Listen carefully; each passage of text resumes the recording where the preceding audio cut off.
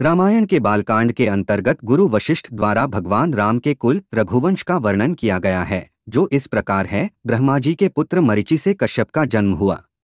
कश्यप के पुत्र थे विवस्वान।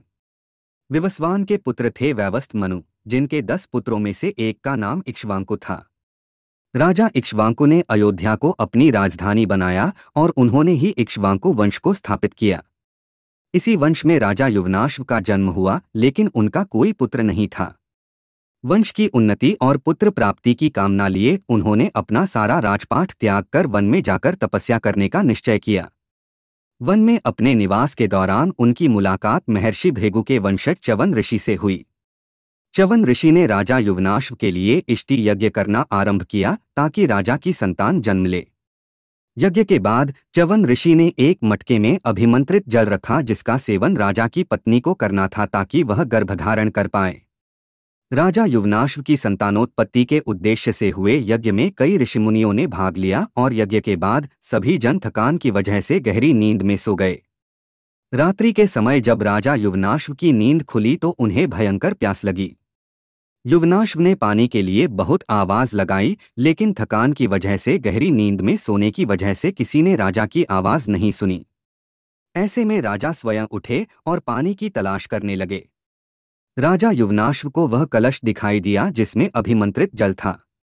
इस बात से बेखबर कि वह जल किस उद्देश्य के लिए है, राजा ने प्यास की वजह से सारा पानी पी लिया।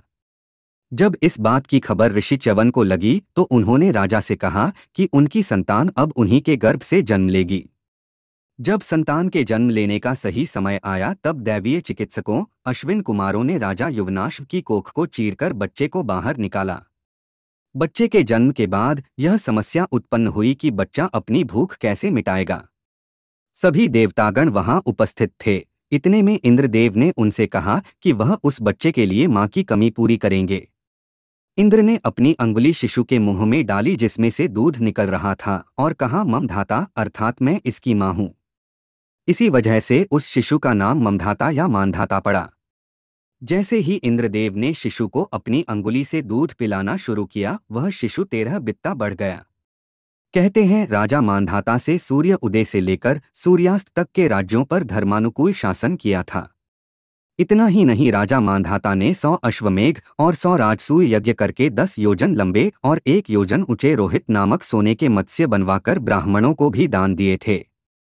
लंबे समय तक धर्मानुकूल रहकर शासन करने के बाद राजा मानधाता ने विष्णु के दर्शन करने के लिए वन जाकर तप करने का निर्णय किया और विष्णु के दर्शन कर लेने के बाद वन में ही अपने प्राण त्याग स्वर्ग की ओर प्रस्थान किया।